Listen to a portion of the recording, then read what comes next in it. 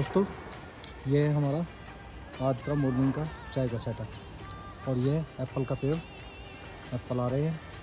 और ये देखो हमने यहाँ बनाई है चाय।